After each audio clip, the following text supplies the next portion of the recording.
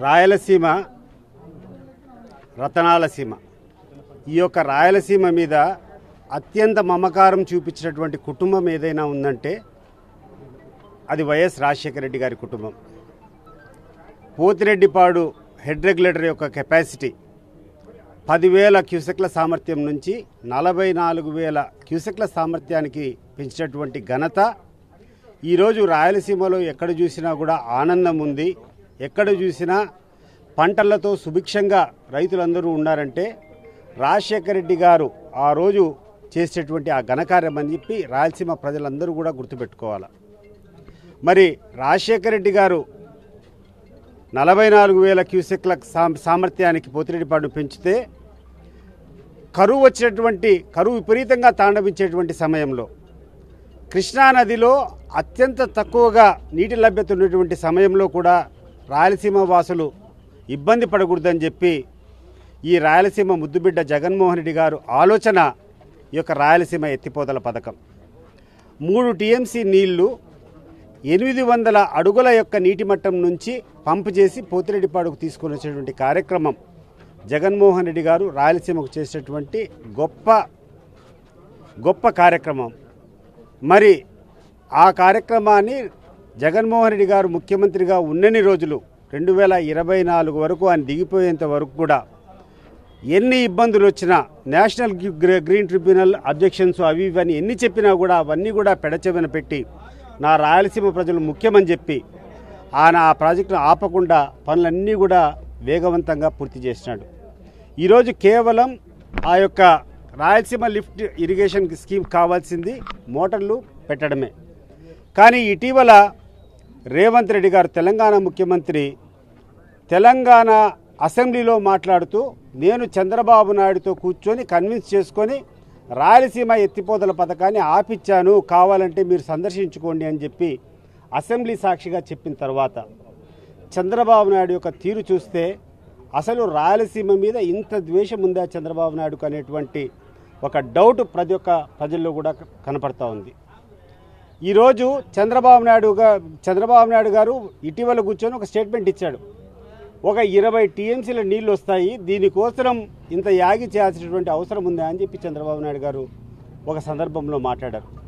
చంద్రబాబు నాయుడు గారికి స్పష్టంగా చెప్తున్నా, అయ్యా చంద్రబాబు నాయుడు గారు మీ ఉన్నటువంటి అనుభవం మీరు ఇప్పటికీ 4వసారి ముఖ్యమంత్రి, మీకు ఇప్పటికే చాలా అనుభవం ఉండాలా. ఒక సామాన్య వ్యక్తికి కూడా అర్థమవుతుంది నీటి యొక్క వాల్యూ, నీటి యొక్క విలువ కరువు సమయంలోనే వస్తుంది. కరువు లేకుండా విపరీతంగా వర్షాలు పడేటప్పుడు ఎవడు నీటి గురించి ఆలోచన చేయరు. కొన్ని 100 టీఎంసీలు కృష్ణా నుంచి కిందికి పోయినాయి. ప్రతి సంవత్సరము 4-5 లక్షల క్యూసెక్లు 4-5 వేల టీఎంసీలు నీళ్లు గోదావరి నుంచి పోతూ ఉంటాయి కిందికి. ఎవడు పట్టించుకుంటాడు? దాన్ని పట్టించుకోడు. కానీ ప్రభుత్వం ఉండేటప్పుడు బాధ్యతగా, కరువు ఉండేటప్పుడు ఎట్లా మిటిగేట్ చేయాలా, కరువు సమయంలో ఈ ప్రాంతాన్ని ఎట్లా ఆదుకోవాలా, ఇది ప్రధానమైనటువంటి అంశం. దాన్ని జగన్మోహన్ రెడ్డి గారు చాలా సమర్థవంతంగా కూర్చొని రాయలసీమ లిఫ్ట్ ఇరిగేషన్ ద్వారా మాత్రమే కరువు సమయాల్లో ఈ యొక్క ప్రాంతాన్ని కాపాడగలగమని చెప్పి ఆయన ప్రాజెక్ట్ మొదలుపెట్టారు. కానీ నువ్వు ఎందుకు ఆపావు? నువ్వు ఆపినావు 2024 నువ్వు ముఖ్యమంత్రి అయినప్పటి నుంచి ఆపినావు.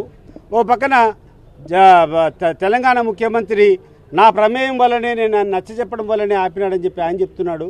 దీనికి కనీసం నువ్వు ఖండించాల్సినటువంటి బాధ్యత ఉందా లేదా అని చెప్పి నేను అడుగుతున్నాను చంద్రబాబు నాయుడు గారిని. ఇది ఒక్కటే కాదు, ఈ యొక్క రాయలసీమ లిఫ్ట్ ఇరిగేషనే కాకుండా రాయలసీమలో జరిగేటువంటి ఒక్క ప్రాజెక్ట్ అయినా ఎక్సెప్ట్ హెచ్ఎన్ఎస్ఎస్ దగ్గర అనేటువంటి అనంతపురం ప్రజలు అయ్యా మాకు లైనింగ్ వద్దు అంటున్నారు. అయినా నీ స్వార్థం కోసం కుప్పముకు నీళ్లు తీసుకొని పోవాలని చెప్పి అక్కడ లైనింగ్ చేపిస్తున్నావు తప్పితే, ఆ ఒక్క కార్యక్రమం తప్పితే ఈ రాయలసీమలో ఉన్నటువంటి ఒక్క ప్రాజెక్ట్ అయినా ఒక తట్టెడు మట్టి తీసేటువంటి పరిస్థితి ఉందా రాయలసీమలో? చంద్రబాబు నాయుడు గారు, ఆ తర్వాత రామానాయుడు గారు ఇరిగేషన్ మంత్రి గారు మీరు చెప్పాలా? గొప్పలు చెప్పుకుంటా అంటారు మీరు. 800 కోట్లు మేము ఖర్చు పెట్టామని చెప్తే 8,000 కోట్లు ఖర్చు పెట్టామంటున్నాడు. ఏమైపోయినా 8,000 కోట్లు? మా కడప జిల్లాలో జిఎన్ఎస్ఎస్ నుంచి హెచ్ఎన్ఎస్ఎస్కి లింకప్ అయ్యే కార్యక్రమం 2024 నుంచి స్టాండ్ స్టిల్. ఈరోజుకి ఒక పిడికెడ్ మట్టి తీయాల. ఈరోజు కుందు వైడనింగు, ఈరోజు జిఎన్ఎస్ఎస్ వైడనింగు ఏ కార్యక్రమం చేస్తున్నారండి? ఒక్క కార్యక్రమాన్ని కూడా రాయలసీమలో జరిగేటువంటి ఒక్క ప్రాజెక్టు వీళ్ళకి ధైర్యం ఉంటే చూపించమని చెప్పండి. ఈ ప్రాజెక్టు కోసం మేము ఖర్చు పెట్టాం, ఈ ప్రాజెక్టు జరుగుతుంది 2024 నుంచి అని చెప్పే ధైర్యం వీళ్ళకు ఉందా? మరి ఎందుకు రాయలసీమ మీద ఇంత నిర్లక్ష్యం? ఈ నిర్లక్ష్యానికి ఈ ప్రభుత్వానికి కన్ను తెరిపించాలా? రాయలసీమ ప్రజల పక్షాన మేము ఉండామని చెప్పి ఈరోజు చూపించడానికి, రాయలసీమ ప్రాంతంలో ఉన్నటువంటి ప్రయోజనాలు కాపాడడానికి ఈరోజు వైఎస్ఆర్ కాంగ్రెస్ పార్టీ నాయకులమందరం కూడా పోతిరెడ్డిపాటికి పోతున్నాం, అక్కడ ఒక మీటింగ్ చెప్తున్నాం. ఇంతటితో ఇది ఆరంభం మాత్రమే. ఈ రోజు నుంచి ఉద్ధృతమై రాయలసీమలో ఒక విపరీతమైనటువంటి మూమెంట్ తీసుకొని వచ్చి మరి జగన్మోహన్ రెడ్డి గారు చేసేటువంటి కార్యక్రమాలకు మేమంతా కూడా సంఘీభావంగా ఉంటామని చెప్పి ఈ సందర్భంగా తెలియజేస్తున్నాం. రాయలసీమ లిఫ్ట్ ఇరిగేషన్ అనేటువంటిది రాయలసీమ ప్రాంతానికి ఎంత ముఖ్యమో, రాయలసీమ రైతాంగానికి ఎంత అవసరమో నెల్లూరు జిల్లా రైతాంగానికి కూడా అంతే అవసరం.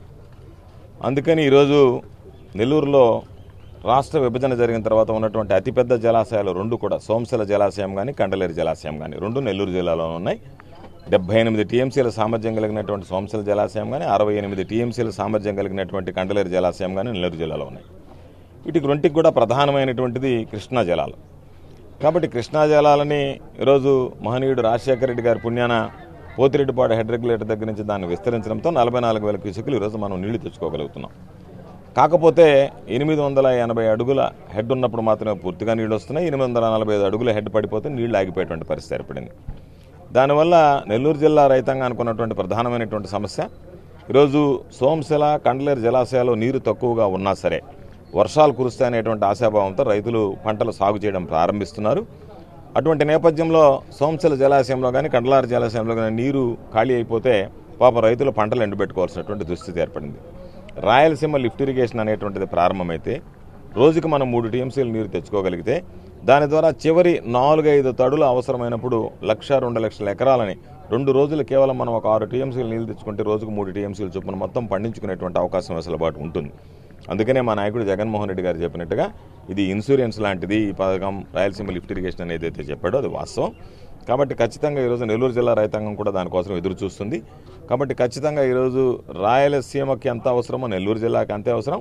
తెలంగాణ ముఖ్యమంత్రి రేవంత్ రెడ్డి గారు చెప్పినట్టుగా రైతుల ప్రయోజనాలన్నింటినీ పణంగా పెట్టి ఈరోజు చంద్రబాబు నాయుడు తన స్వార్థ ప్రయోజనాల కోసం జగన్మోహన్ రెడ్డి గారికి ఎక్కడ మంచి పేరు వస్తుందని అనేటువంటి ఒక దుర్మార్గమైనటువంటి ఆలోచనతో రాయలసీమ లిఫ్ట్ ఇరిగేషన్ అటకెక్కించి నువ్వు చీకటి ఒప్పందం కుదుర్చుకున్నావా లేదా, దాని విషయం రేవంత్ రెడ్డితో మాట్లాడా లేదా, దానికి నువ్వు ఒప్పుకున్నావా లేదా, ఒప్పుకుని ఆపేసావా లేదా, దానికి సమాధానం చెప్పకుండా దొంగ తిరుగుడు సమాధానం తిరిగి ఎదురుదాడి చేయడం ఇవన్నీ సరైనటువంటిది కాదు. కాబట్టి ఈరోజు నెల్లూరు జిల్లా రైతాంగం పక్షాన మేమందరం కూడా నేను నాతో పాటు శాసనమండలి సభ్యులుగా ఉన్నటువంటి సోదరులు పర్వతిరెడ్డి చంద్రశేఖర్ రెడ్డి గారు, మాజీ శాసనసభ్యులు సంజయ్ గారు, అదేవిధంగా మాజీ కేంద్ర సహకార బ్యాంక్ అధ్యక్షులుగా పనిచేసి ఈరోజు నెల్లూరు రూరల్ నియోజకవర్గం ఇన్ఛార్జిగా ఉన్నటువంటి ఆన విజయ్ కుమార్ రెడ్డి గారు, రైతు సంఘం నాయకులు అందరం కూడా కలిసి ఈరోజు ఒక దిశానిర్దేశం చేయనున్నటువంటి నేపథ్యంలో అందరం రైతులతో సమీక్షించుకుని రాబోయేటువంటి రోజుల్లో ఇది ఆరంభం మాత్రమే.